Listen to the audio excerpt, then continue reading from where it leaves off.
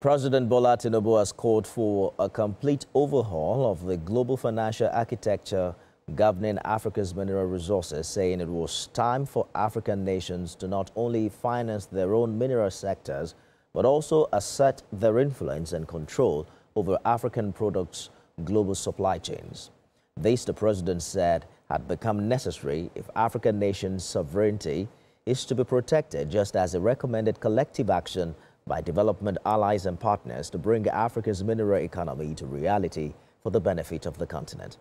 President Tinubu, represented by Vice President Kashim Shettima, called for these decisive actions at the second Africa Mineral Strategy Group high-level roundtable on critical minerals development in Africa, held on the sidelines of the 80th session of the United Nations General Assembly in New York. Earlier, Minister of Solid Minerals Dele Alake, while welcoming stakeholders and partners to the event, called for cohesion amongst African nations. First, we must take the bull by the horns in financing our future. Never again shall we wait for capital to trickle in. With sovereign funds, blended vehicles, and innovation tools like the Africa Mineral Token, Africa shall finance Africa.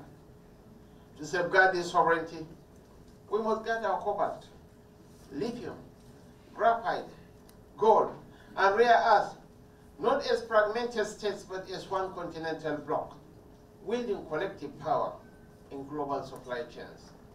Your presence here is critical to building an industrialized African mining sector capable of meeting global demands. Your Excellencies, distinguished ladies and gentlemen, the promise of this roundtable must go beyond the glamour of New York City.